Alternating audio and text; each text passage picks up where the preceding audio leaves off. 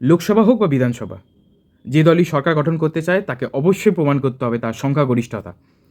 এই সংখ্যাগরিষ্ঠতা প্রমাণের কিছু নিয়ম আছে। সহজ একটি অঙ্ক, চলুন দেখি সেই অঙ্ক। আমাদের পশ্চিমবঙ্গের বিধানসভায় টোটাল আসন সংখ্যা 294। তাকে 2 দিয়ে ভাগ করুন, তাহলে হবে 147, 147। তাকে 1 যোগ করুন, 147 সঙ্গে 1 যোগ করলে 148। যদি কোনো দল 148টি বা তার বেশি আসন পায় তাহলে সে সরকার গঠন করতে পারবে, কিংবা সে যদি কোনো জোটবদ্ধভাবে 148-এর বেশি আসন সে লাভ করে তাহলে সে কিন্তু সরকার গঠন করতে পারবে।